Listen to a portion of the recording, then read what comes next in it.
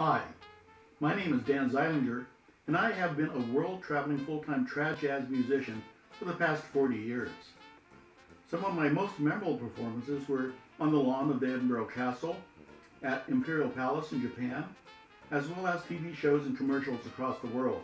I've met many people during my career and have spent many hours on stage and off with these musicians, talking about jazz, life, and more.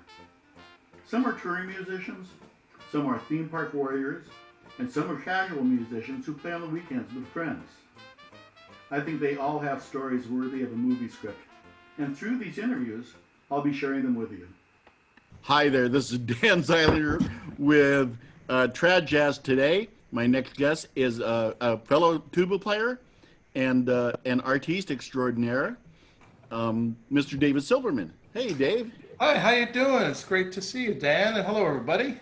In full disclosure, Dave and I have crossed paths often, but never had a chance to really sit down and get to know each other. On occasion, he'll be at Curly's Cafe when I can't make it with CJ and that gang, and we crossed each other at a hotel in LA when you were going from one venue to another, and we were switching venues basically, and I went, "Hey, David!" And that's right. And hey, yeah, but we didn't have time. We both had sets coming up, and neither of us had a chance to stop and go, "We should know each other better."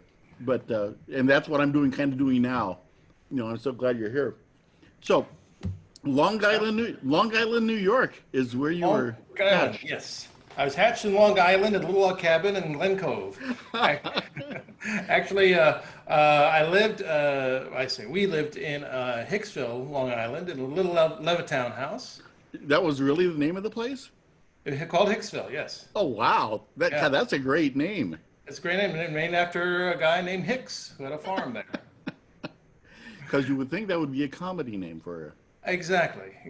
But anyhow, I guess we left soon after I was. No, I think just before I was 3, or maybe it was after I was 3, that we moved to the D.C. suburbs of Silver Spring, Maryland.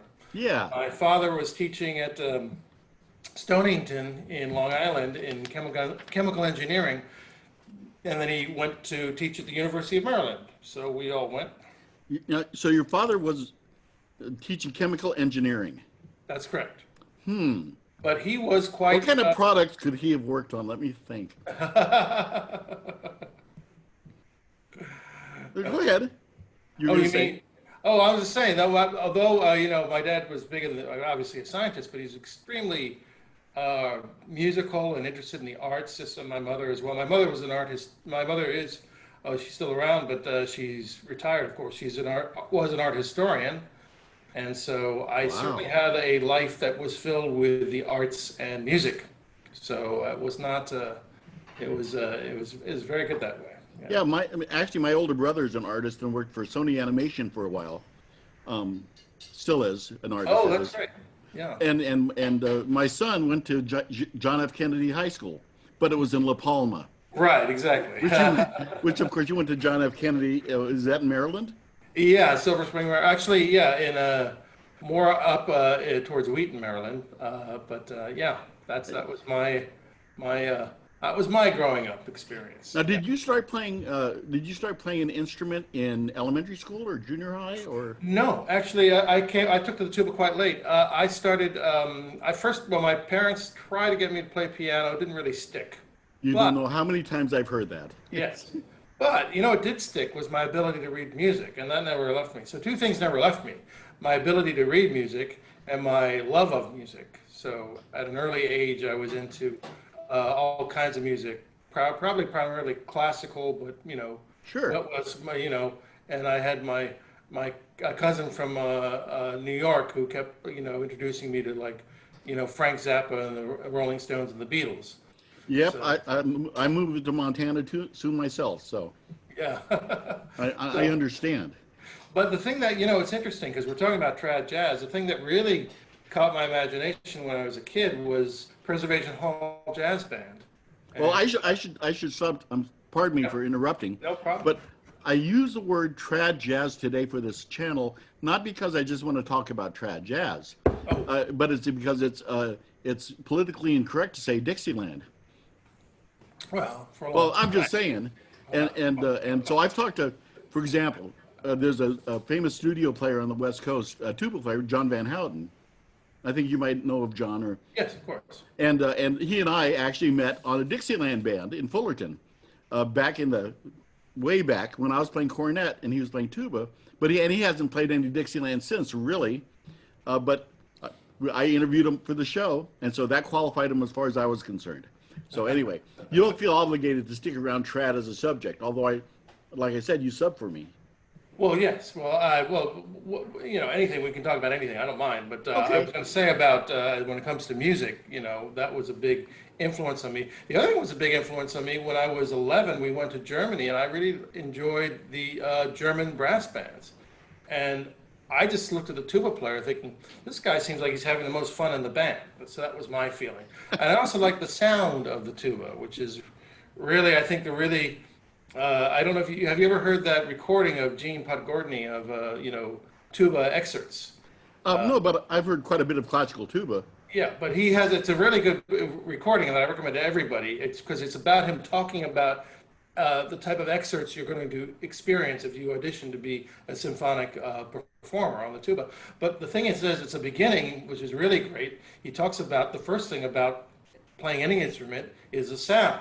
Yeah. If you don't like the sound, maybe you should play a different instrument. Well, I happen to have, when I was a kid, I always loved the sound of the tuba. So that was one of the chief draws of that playing that instrument. Was that sound, and also I like the fact that the tuba you could play that you'd be bouncing around the bass line, but you can play so beautifully melodically because it has such a great sonority to it. So. And speaking of which, I recently interviewed Eli Newberger, and talking about example of playing lovely melodic lines on tuba. Yeah, absolutely. Great stuff. So now, did you actually pick up tuba in high school or elementary? I picked up in high school. We had a wonderful. I had a lot of friends in the band, but I didn't play an instrument. And I just, at some point, I decided I can't be an observer any longer. I have to be a participant in all this music making. And we were taking this class. He was having a class during lunch hour that was teaching sort of basic chord theory, triads, and he wanted to let us, try our hand and try and arrange something, with the chord, harmonies and things like that. And I noticed there was a tuba in a stand, kind of like one of these horns, and it didn't move. It literally did not move an inch the whole time. And it occurred to me, nobody in this high school is playing the tuba. So I asked him, he said his name was Dr. Alfonso Salazar, so we called him Dr. Fonz. And I said, Dr. Fonz, can I borrow that tuba and learn how to try to play it over the summer? He looked at me and said, oh, would you? He was so happy. I'd never seen, at this point in my young life, I'd never seen another adult other than my parents so happy to hear me say something. So I did, and I took it home, and I guess between my ability to know how to read music, my ability, understanding how music was about, and also I should mention I was buying miniature scores as well and studying them, listening to music. I guess I must have trained my brain pretty much before playing an instrument because I took to the horn pretty fast. That's great. And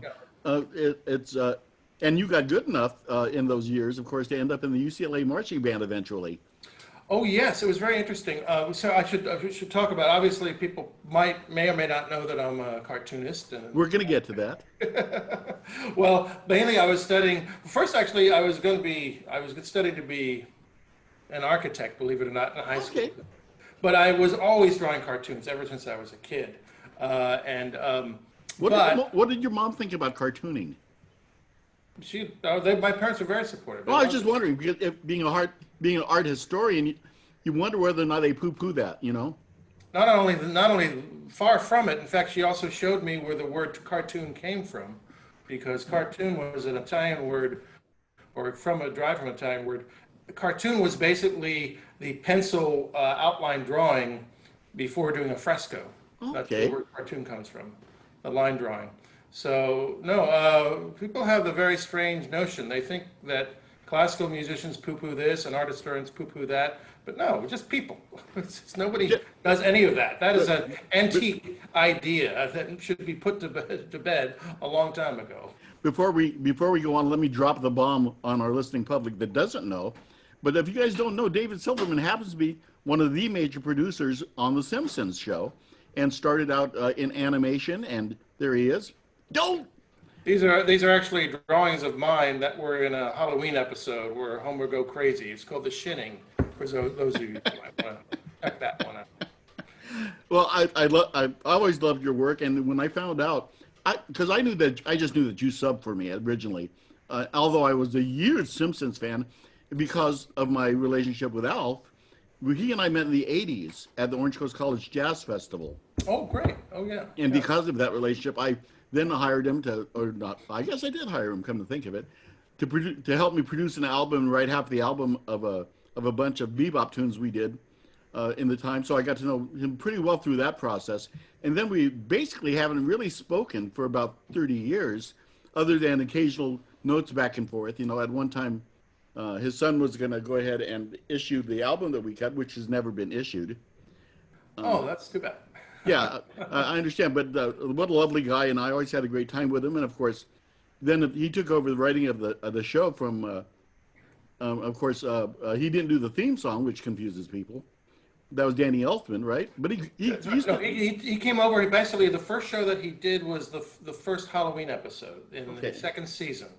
There's another guy that did the first season who came off from, I think he's music director of the Tracy Ullman Show, and he segued into doing The Simpsons. And he left at the beginning of the second season, and there were different people doing it. And then Alf was recommended by Al Jean and Mike Reese, who worked on a show called Alf.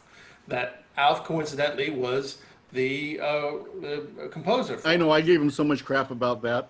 I imagine you and a lot of other people did. I'm sure he was not too unhappy about it because it was a pretty good paying gig. Oh, absolutely. And then came into the Simpsons. But we're sort of getting ahead of it. Yeah, that's all right. I mean, I know for one that he also did the scoring for Moonlighting and for Splash and for The Last Starfighter and all that stuff. Absolutely, anyway, go ahead. Let's back up.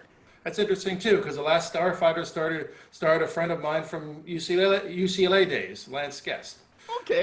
Yeah, and the great Robert Preston. Anyhow, so went to University of Maryland and then transferred to UCLA. I was in Maryland. I was in the concert band. Okay. Concert band. I was very busy. I also made not only was I making an animated film for myself at the University of Maryland, as an independent study project, but I finished a caricature of the National Symphony Orchestra, which, that's right, I can show you guys. Here, I'll try to bring that up as we talk. Sure. You are. Okay. Are you ready? Yeah. Okay, so here we go. So one of the things I did when I was like about 17, I said, I really got to learn how to draw a violin. And that led to me trying to draw all the instruments, which led to this drawing. Oh, there it is. Yeah. So that was sort of like the first step. And then I was doing this for like the Maryland bands, for instance. I would do these sort of drawings. Sure. And that led to this drawing, which is a caricature of the entire National Symphony Orchestra when the great Russian conductor and cellist Mstislav Rostropovich was a music director. And this was I kind of just finished this just before I went to UCLA, which was in '77. And this was used as a fundraising gimmick in the following year, in the summer of '78. And I came back for that. And that's just a sketch for that. And that led to these drawings for Martin Bernheimer. Okay. So that's a gig at LA Times. Yeah. So I remember seeing some of those. Oh, really? Yeah. So this is one of my favorite ones. Actually, this later became a drawing for Alfred Publishing, and I think there's a gentleman there named Sandy Feldstein who got in touch with me, and he saw my drawings, had me do these first like four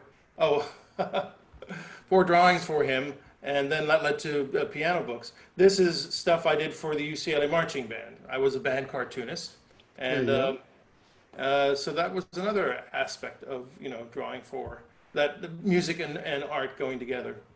And so you can see there's something going on with music and art all the time.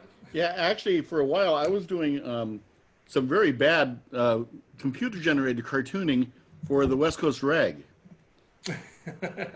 And like I said, my older brother is a commercial artist and has a company named Those Designers. But he, for a while, worked for Sony as an animator. My mother painted in oils growing up, and yeah, it's crazy. They overlap. I don't know what that has to do with tuba playing, but there you have it. Well, as you know, Where did you learn your Dixie stuff? well, I started by listening to Preservation Hall recordings, and listening to that, and then listening to another animator, Ward Kimball, and his band, the Firehouse yeah. 5 Plus 2. Also with another animator, Frank Thomas. So you can see there's a connection between music and animation. I think it has something to do about the timing, I suspect. But How come you don't have an antique train in your house? that passion eluded me. So Well, it's kind of I dislike trains, but you know, it's kind of a running thread through a lot of animators and jazz players, actually, and classic jazz players. Yeah, well, as I say, they're nice, but at the same time, yeah, you'll be. I don't know. As a young boy, we went to Europe in a steamship. Maybe that was my passion.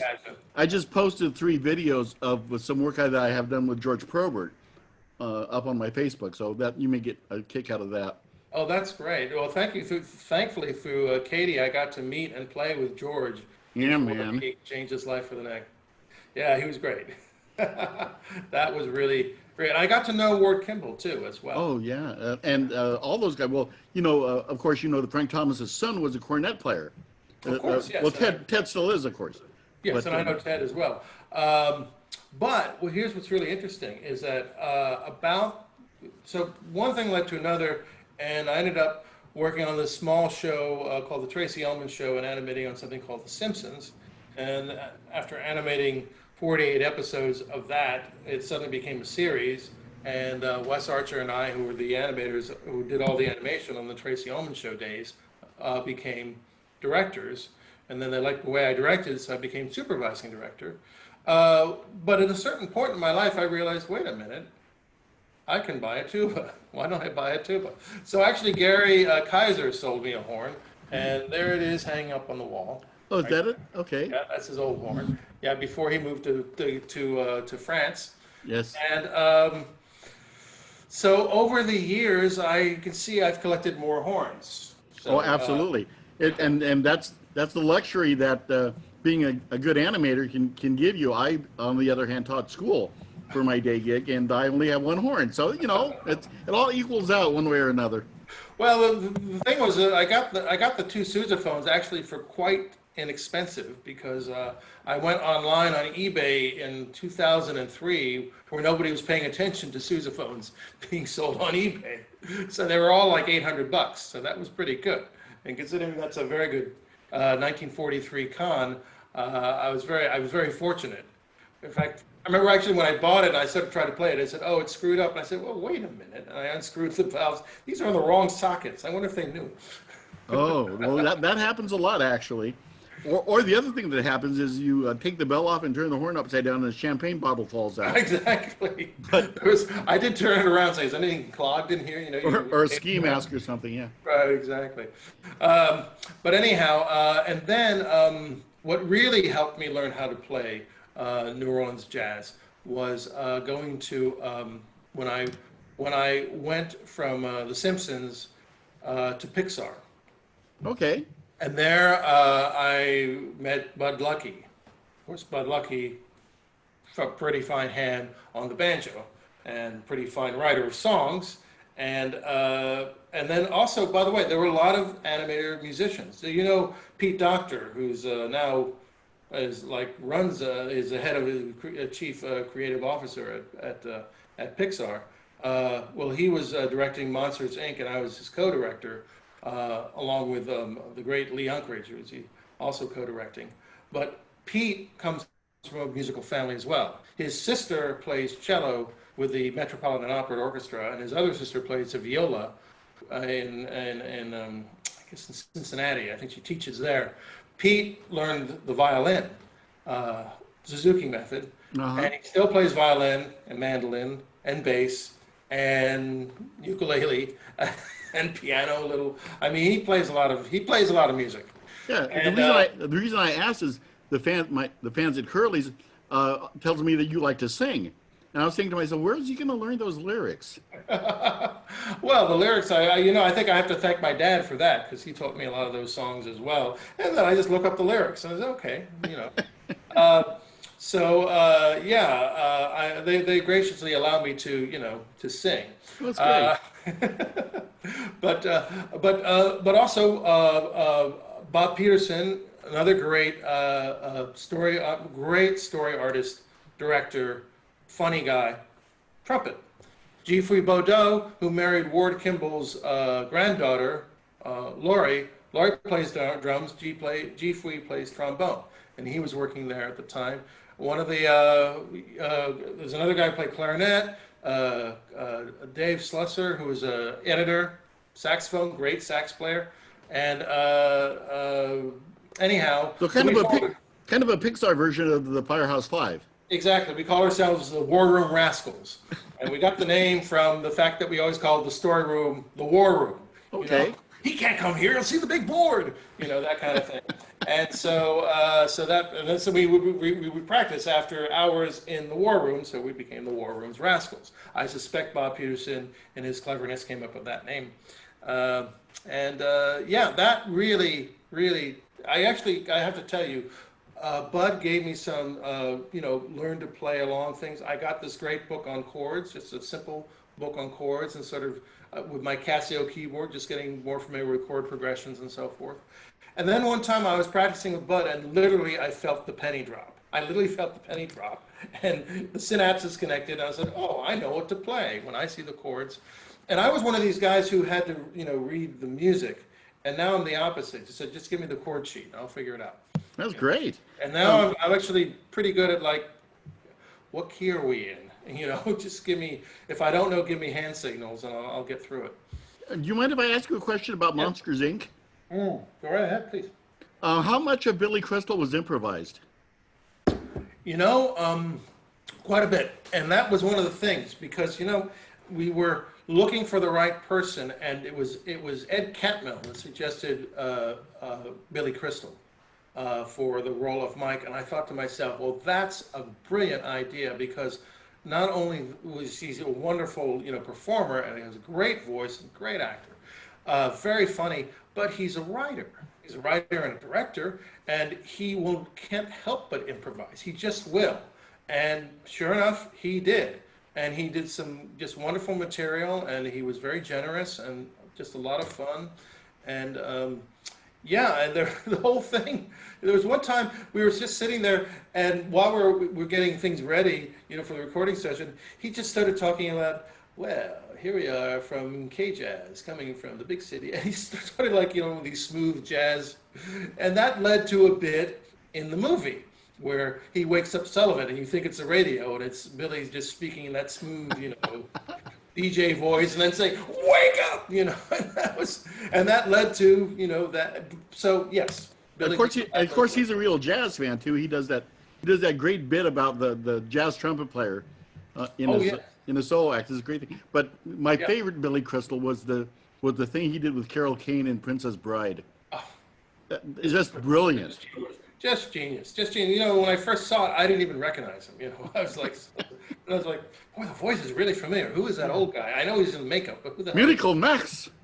Yes. No, he was so great. And also, by the way, John Goodman was also great, and he's no slouch when it comes to ad-libbing as well. I didn't know if John was a big ad-libber or naturally funny guy. Actually, he's very naturally funny. Maybe not as much as Billy, but he's a very funny guy. But the thing that really there are two things that I got. Bob Peterson, I really connected with John because John's a big Firesign Theater fan. Oh. And we just said something offhand, and I think something, I don't know what it was, and he just stopped and said, "Oh, you love the Firesign Theater too?" He said, "Yeah, we love it." Oh, absolutely. Of course, woman, Me too, man.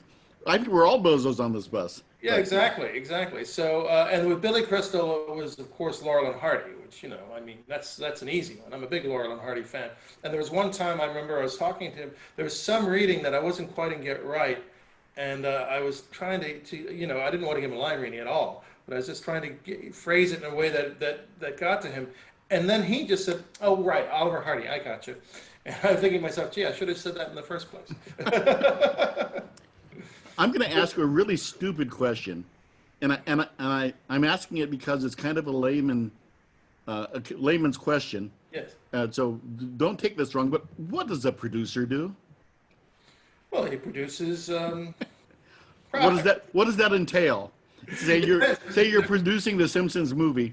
What does that entail for a producer? I wasn't producing the Simpsons movie. I was directing the Simpsons movie. Okay. Oh, well, there you have it. Well, I don't want to hear about the director. No, I'm kidding. But what actually on those kind of things? What does the producer title have you do? Well, there's different things. I mean, like for being a producer on The Simpsons, I'm sort of like working with the animation side of it and like advising and helping.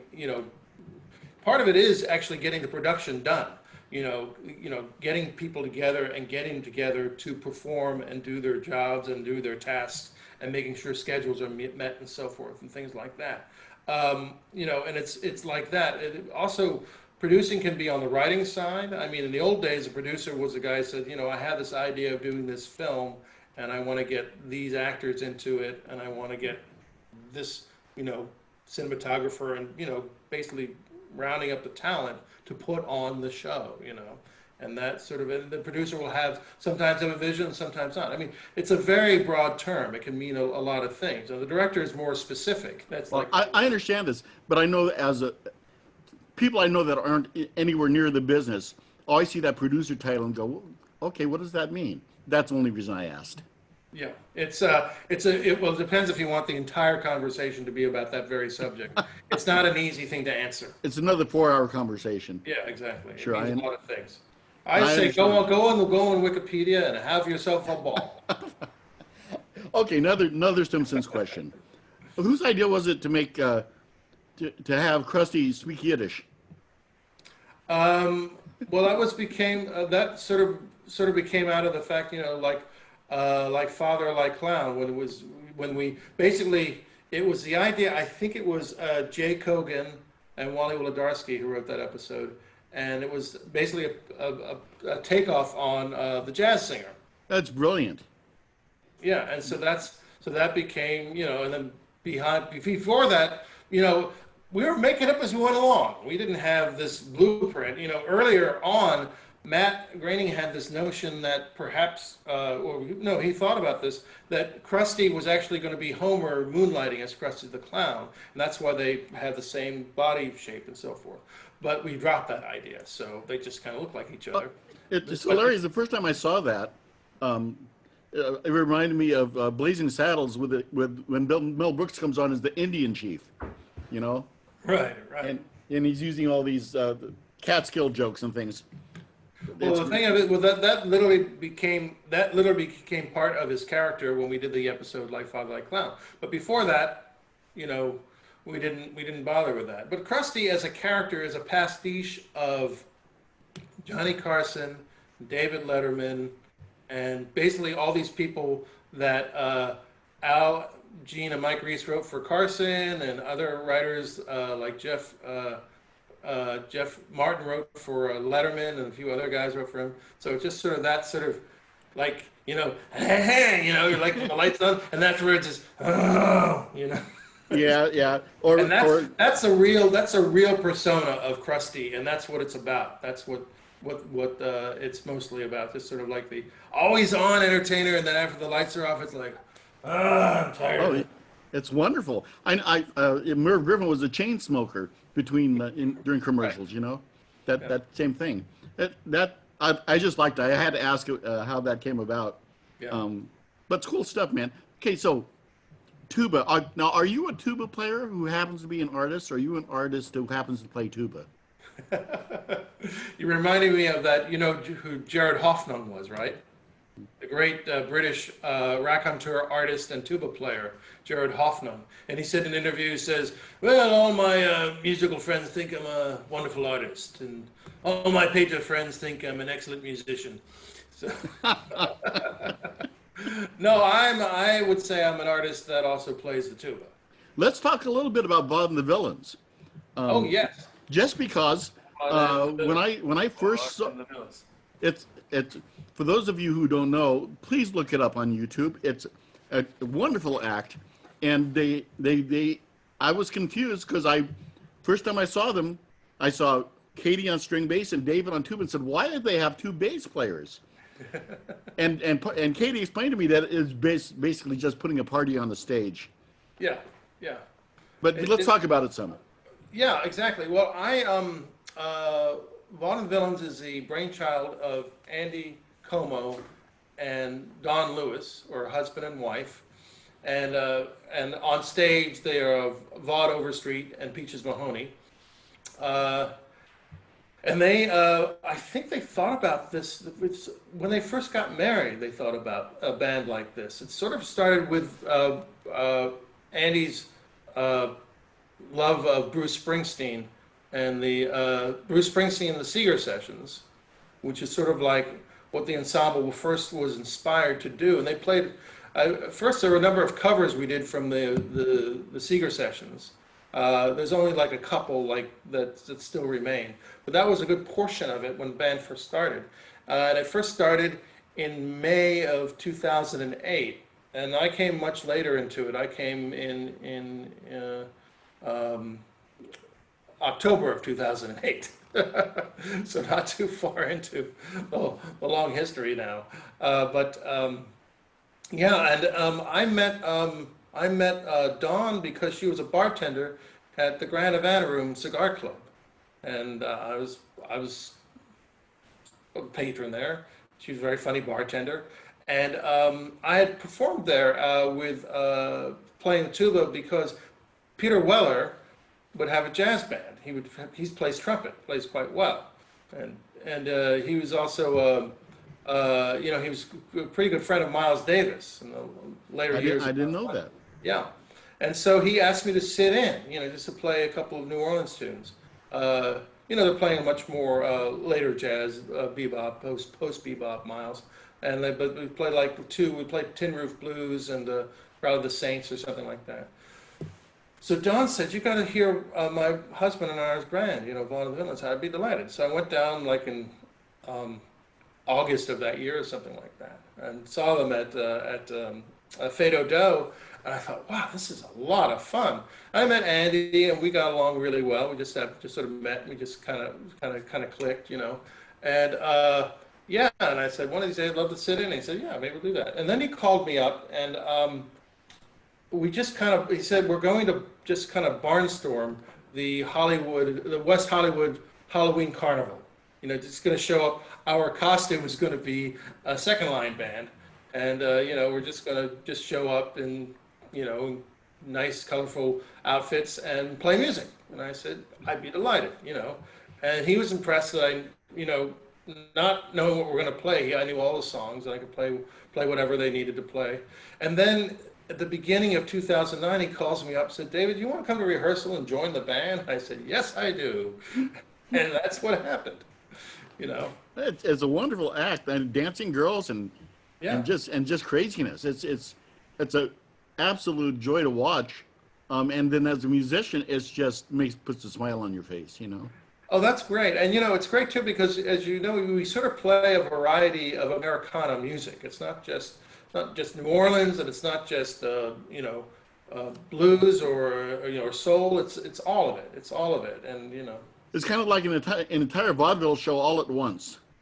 Yeah, pretty much. It's wonderful. Okay, next subject, sir. Yes. Tell me about your fondness of going to Burning Man.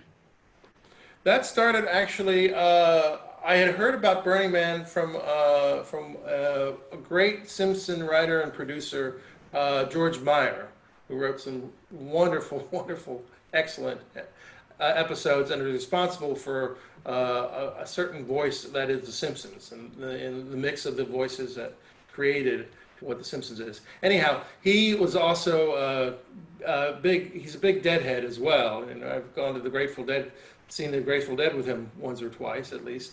But he told me about Burning Man. I think he first went in like 97 or something like that. And he's telling me about it. I said, wow, this sounds wild. It sounds really interesting. If I ever get a chance to go. Then another Simpson artist told me about it, Kevin O'Brien, who's now at Pixar. He told me about as well. I was like, well, this sounds very interesting. And then in 2001, a good friend of mine, his bride-to-be was going to be in a documentary about Burning Man. This is up in San Francisco, and I was still working at Pixar, so I was still up in San Francisco. And their production office, if you will, the house, was not far from where I live. So I went up there, and this wonderful guy, one of the two directors of the documentary, named Paul Barnett, from Donegal, and lovely guy, and he's also a Simpson fan. I did a homework drawing, and it just sort of came up, and I said, I have a video camera. Do you need another cameraman? And he said, oh, David, that'd be fantastic. So that got me to Burning Man the first time in 2001, working on a documentary about Burning Man, which was really great because you really got to see, because you had like work to do, but at the same time you really got to see it, and also met Larry Harvey, the great late Larry Harvey, sort of the sort of spokesperson and main creator of Burning Man, right off the bat, and so. We shot then, and then we shot the following year in 2002, and then I went every year. Well, and then I got to say, talking about music, the first year I was trying to find the Burning Band, and I couldn't find them for whatever reason. But I'd heard about the Burning Band, and I caught up with them in my third year there. They came marching by, and I leaped out of my chair, and I grabbed my tuba, and I started playing along with them.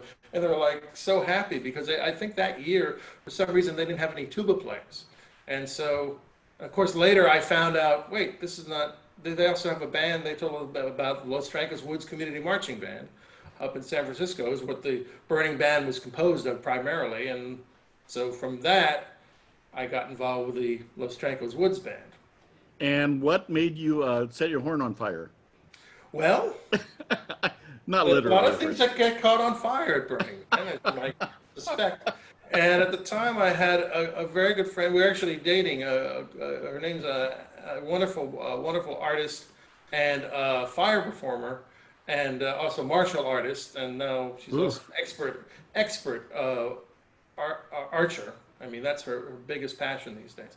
Her name's Anna Maltese, and she was showing me like, you can put this fire material on swords and hula hoops, anything you want basically. And I thought, you could put like a fire wicking on top of the bell of sousaphone.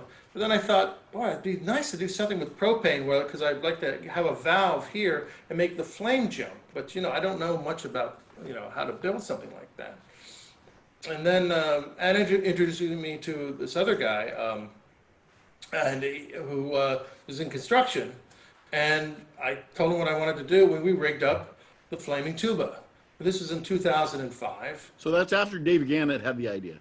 What's that? You know Dave Gannett? Oh, it's a tuba player that was actually a Disney World guy who came out with a group called the Black Dogs, and he shot fireworks out of his bell.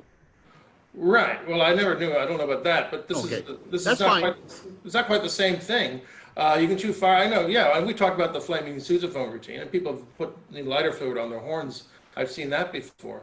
But rigging up with propane, I hadn't seen anybody else do that. I assumed somebody else had done that. No, it's great. Because the thing that this allows me is I can control the flame to the playing of the notes, and I haven't seen anyone else do that. And it got you on Leno. I know. That was a year later. It got me on Leno. Well, that's because, and yeah, sure enough, what happened was, one of the producers of that segment, don't try this at home. He had an assistant who would go online to look up stuff, and they saw me playing this flaming tuba online. So that's what happened with that. Yeah. So then I became part of Anna's fire troupe called the Phoenix Project, and which was great because we performed at Burning Man, and then, like you say, I got on Leno, and then et cetera, et cetera, et cetera. So, Well, the photos of you doing that are just wonderful pictures. I mean, it's great. It's an artistic statement like no other, you know. well, at the time, I just thought it'd be fun. It sort of caught on in a way that that almost took me, it took me by surprise because I hadn't expected it to be quite such a thing. And I guess I didn't know what it was going to look like. I just thought it would look cool, but it looked even better than I thought it was going to look. So I have a picture here of. Here we go. There you go. So Wow. there's Anna. There's me back in 2005, and there's the first version of the flaming tuba. It's kind of a giant. Tuba in the back. What's that? I was going to say it's kind of a giant flaming moe, isn't it? Yes, exactly. Well, that's it over there in the corner. That's the flaming tuba, and Oh, that's my. the non-flaming tuba, and that's the plastic tuba that you don't want to set on fire unless you want it melted. Now, is that one up top there? Is that E flat? Is that a E flat horn? That is an E flat tenor sousaphone, really, but it's an E flat horn. Yeah. Okay, Yeah. I was just curious. Yeah. It doesn't play too good. It just Well- looks. It's a rather not very well made horn. The valves are not particularly good. This has really been a lot of fun. I'm gonna start wrapping up here a little bit, but I want to give you as much time as you want to plug anything you have. If you'd like to tell people where they can hear your music or catch your drawings or what kind of projects you have coming up, it's all yours. Oh, well, certainly. Well, of course, we are working continually to. Sorry, let's try that again. Oh, sorry, I'll read that again. Fortunately, we can continue to do The Simpsons all working from home. The entire operation is being done with everybody working from their computers at home, and it's being put together. We were able to finish the season in May, and we're working on next season. I'm also working on a show called Duncanville, which is a very funny show on Fox. I recommend it highly. Amy Poehler is doing the voice of both Duncan and the mom. And So it's another yes. another animated show. Yes, another animated show. Mike Scully and Janet Scully, his wife, who are writing team, are co-exec producing, and they're very funny, and it's a great show. So that we're working on that as well. As far as performing, well, we're not performing too much, are we, ladies and gentlemen? No. I'm afraid not. So I don't have any gigs coming up. And I tell you what would be great everybody to else does. what would be great to see is I know it's not going to happen, but I would like to see the Simpsons team brainstorming on a Zoom call. That must be really hilarious. Yeah, it's fun, but it's probably not going to happen. No. I can imagine. But I just recently I was talking to some other music pals of mine, and there's something called it's a program that if you are in close enough proximity, that is to say within like 50-ish miles of each other, it's a program that allows you to play music simultaneously, and that Yeah. actually works. I think it's called a cappella. That's one, and there's another one called, I think it's called Jack Tracks or something like that. Yeah, because I know Katie does that a lot with a lot of her friends. Katie Oh, Cabrera, really? by the way. I- We keep talking about Katie, but Katie Cabrera for you listening. Katie, you got to tell us. But anyhow, I'm kind of interested in doing something like that.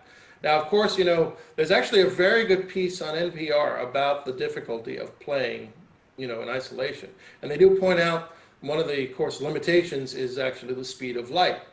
If you are performing, if you wanted to be in New York and I have a friend in Hawaii and I want to play with them, you really can't do it because the speed of light from New York to Hawaii is a half a second.